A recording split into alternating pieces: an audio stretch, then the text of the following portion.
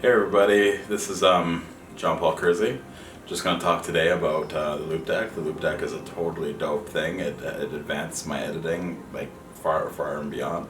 One of my favorite things about the Loupedeck is how you can adjust your settings with fine tuning. You have a physical knob that you can physically touch.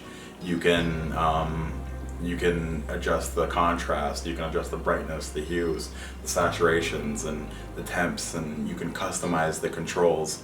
You can basically press full screen mode. You can go to black and white, all the press of buttons instead of using the keyboard and trying to remember all these keyboards. Well, it says it right everything, and fine tuning, and it tells you right on the Loupedeck that yeah, you can move the knobs, you can control the dials, you can do everything with the ease of a touch instead of having a mouse and pad and trying to move everything over, and then you make a drastic change and it makes your photo look like crap, and then you're like, what did I do? You can press the knobs down to bring it back to zero it out. And this is an Adobe Loupedeck. This is the Loupedeck Pro Plus or the Loupedeck Plus. What does it say on my box? Here's the box for the Loupedeck, and this is the Loupedeck Plus, the photo editing console, the creative, fast, ergonomic, intuitive, complete control at your fingertips, and then it says find your editing flow, and literally is a dope box. Loupedeck, dope box, and like when I ordered it off Amazon Prime, I got it within 2 days. I'm not even a Prime member, and I still got it within 2 days. Like, very quick, fast service, delivery, everything about it was awesome. And the Loupedeck to install is super easy. You plug in your USB into the side of your computer, and with just plugging in your USB, it downloads the drivers. If you have problems with the drivers, you can go onto the Loupedeck website and you can download the drivers off the website and then install them within minutes. So it's very easy to install. The size of it, the size of the Loupedeck basically is this big. It's probably like a foot big, maybe a foot and like a couple inches. It's really small. It's kind of the size of a wireless keyboard. Essentially, like here's my wireless keyboard. It's pretty much the same size, and it's awesome. Like it totally enhanced my workflow like tremendously. Now, I would use it, you can go in full screen mode. That's my favorite thing about it, is you go in full screen mode and you can basically edit while you're in full screen mode. Like I got the BenQ photographer monitor, so I can twist my monitor around, so if I'm editing portraits, I get to see this whole portrait layout, and it's dope. Like the only cons that I wish is that they had a little bit more dials. Like, I get it. You can basically set the dials up to anything you want, and you can basically program all the dials. The whole Loupedeck is completely programmable. Plus, there's a program mode where you hit it, and then you hit the program mode, and then it gives you even more options through the dials. So I haven't fine-tuned it completely to my use, but I just wish there was one more dial. But other than that, I have no cons about this Loupedeck. It was basically, I think it's like 300 American and like 400 Canadian after taxes. Completely worth the purchase. Like, it sped up my workflow tremendously, and it was worth every single moment of it. Like, I love this thing. So I recommend it to you, for a fine cost of like $400 Canadian, and US American prices are only 300 bucks. So if you have the money, go and spend it. You won't regret it. And if you use Lightroom, then hit it up, because it's the best thing that I think that's ever happened since sliced bread. Now, so this is me in the Loupedeck, and here's me editing. I just wanted to show everybody what it's like when I edit. So I'm gonna explain to you as I go. So this is a picture of my dad, and I have these buttons that I can hit on my dials.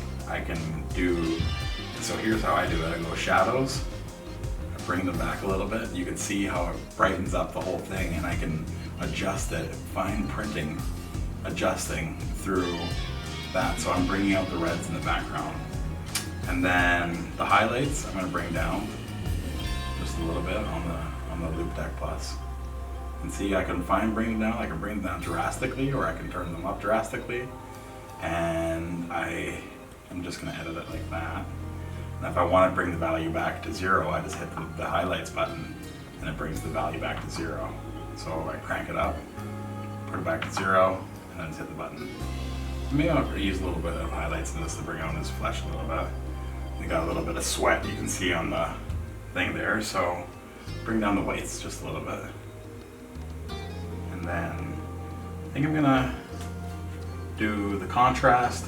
I'm gonna make this a little bit more contrasty so you can see them, but not too much clarity. I think I'm actually gonna bring down just a little bit to smooth out the skin. And see, I can actually smooth out the skin a little bit. And then I also got the D2, which is another button, and it's a programmable button, and it's for my texture. So I can either crank the texture, make him look like this, so he has a high face like that, or I can, that's the texture turned up all the way. I can crank it out back to 0, and then it goes back to that, and then I can bring back the texture to make it more smooth. And then, so I basically smoothed up the skin a little bit. Now I want to make it a little bit more clear because I feel that kind of looks like a shitty lens. So bring it a little bit clearer, and then it kind of smooths out. And you still got his sweat, and it still looks like a pretty, I'm focused right on the eyes, so you can see that. And then I'm going to bring down the texture just a little bit, and then make it more cinematic looking. And then I'm going to turn the temp. I'm going to make it a little bit cooler temperature. Give his hair a little bit of a glow look, and then I'm going to turn up, and then I'm going to turn down the vibrance because I kind of want this to be like a spooky photo. So I'm going to turn down the vibrance, and then turn down the saturation just a little bit. And then maybe I'll bring back the temp back to, so I want to set it back to 0. And then I set it back to 0, and then I'm going to turn it up to more warmer. So it kind of gives him a kind of like a faded, warmer look. And then I'm going to adjust the red in the back. So I have on this, I have the hue, the saturation, and the luminance, and they're controlled by these dials here. They're controlled by the hue, I can go with saturation or luminance, and they're all controlled by these colors here. And so I'm going to bring the saturation of the reds. I'm going to turn that up because that's the background. I'm going to make it more poppier. And see how it affects his flesh tones a little bit too. So I bring it up just like that. Makes him a little bit more ready. And then I'm going to bring down the luminance, and I'm going to basically add a little bit of white to the luminance of his facial features. And it just makes it more believable.